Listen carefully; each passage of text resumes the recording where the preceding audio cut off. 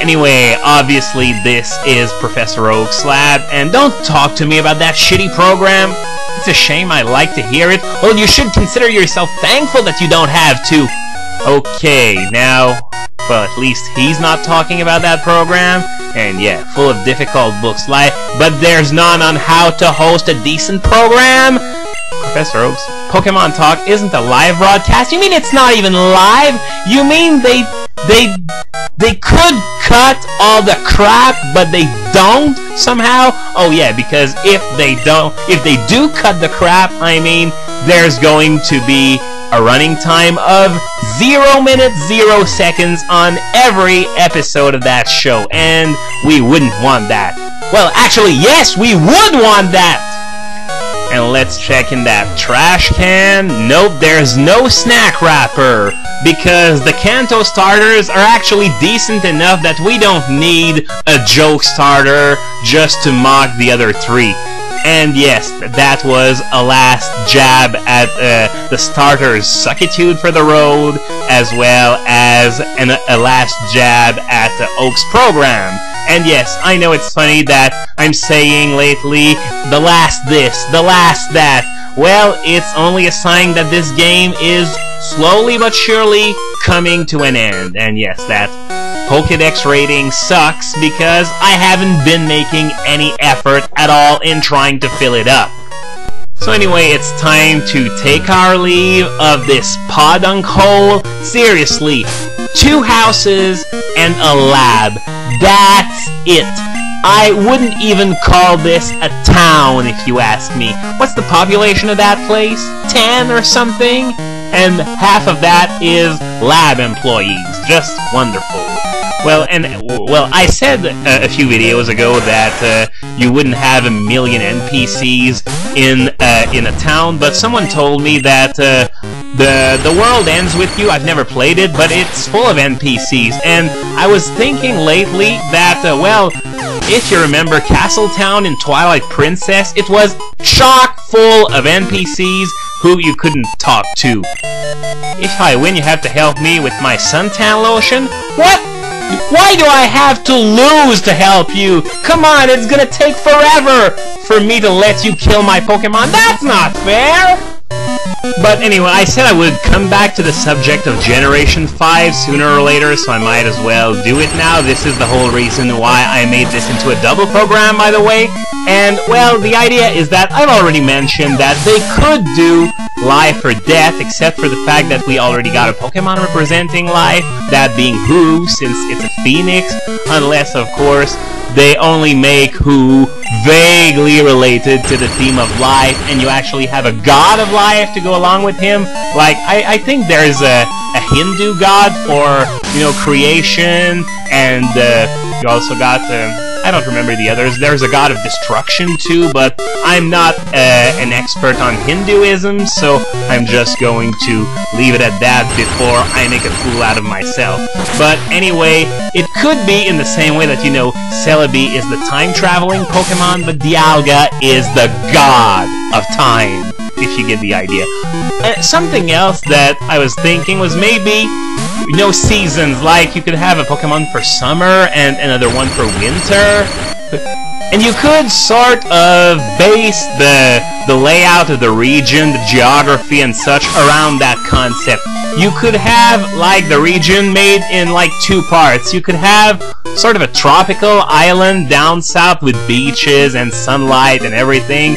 And further up north, you'd have, you know, mainland, like, you know, Johto and Kanto are mainland, whereas Hoenn and Sinnoh are islands. Well, Hoenn is part island, part a lot of fucking ocean, but that's not the point.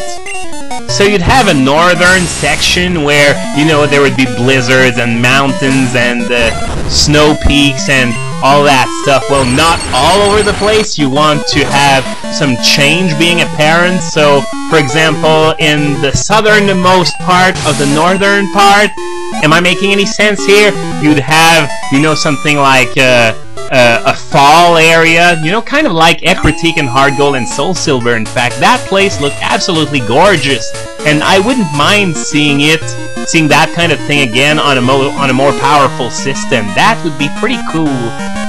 And of course, the reason why I say we wouldn't want to have too much snow is because remember how fun it was to walk in the snow in Diamond, Pearl, and Platinum? Me neither. I think no one enjoyed being reduced to half of your regular walking speed if the snow was deep enough. So have actual roads, paved roads with snow on each side or something. You know, kind of like in Canada, because, well, I'm talking about that because there's been a snowstorm today, and a big one too.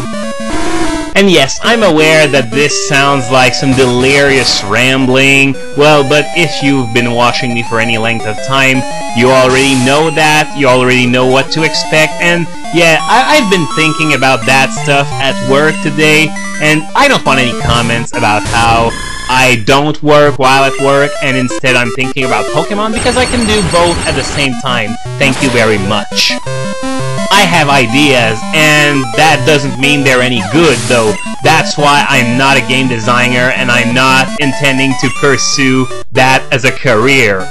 I can be allowed to have ideas. Everyone can be allowed to have ideas, even if they suck. Well, but it's better to have ideas that suck than not be able to think of anything at all, in my opinion at least. So I've made it to Cinnabar Island, and it's the generic town music that plays in nearly every town in Kanto. But in Heart Gold and Soul Silver, you have a really atmospheric and appropriate remix of the Cinnabar Island theme from Red, Blue, and Yellow. You should look it up sometime. And yeah, Crimea River. I totally trounced you that time. I didn't expect to do that good, but I actually owned him really hard. And yeah, he's not in the mood for a battle because in Gold's eyes, he sees the same eyes as the eyes of the guy that beat him so bad 3 years ago.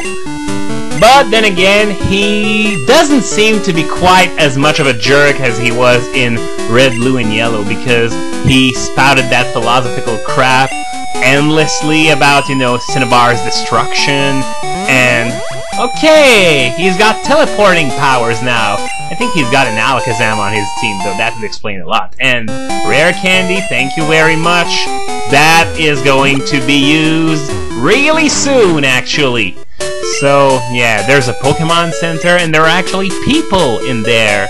Color me surprised. The Pokemon Center was the only thing that survived, but perhaps more importantly, I think that the Pokemon Center was not in that area of the island in Red, Blue, and Yellow. Instead, it was, you know, the lab where they resurrect fossils. But it would be very stupid to have had the lab survive and not the Pokemon Center. So I can understand some, you know, switching around, especially since there's no way to heal your Pokemon in Pallet Town. You saw it yourself, and there's a gym battle coming up, so if the closest Pokemon Center was in Viridian, I'd be slightly pissed if I had to backtrack all the way there just to heal myself. So the game designers must have actually felt merciful for once. Though I sincerely hope that's not a sign that they actually want to rebuild a town on top of an active volcano, as I've said before. That would be stupid. And by stupid, I mean stupid on the same level as cheating on a Swedish supermodel with a dozen different women. If they want to rebuild, fine. Welcome to the Darwin Awards, though, because that town would become, you know, the Pokemon universe's equivalent of Palma Costa. You know, it gets destroyed over and over and over. The rebuilding fun never stops. So anyway, this is going to be one last random battle for the road, since I could have made this a triple program, I guess, since I had some other things to talk about, but I'm not feeling quite up to it. So next time, I'm going to mention an old friend doing new tricks, and also Nintendo of Greece actually does something right.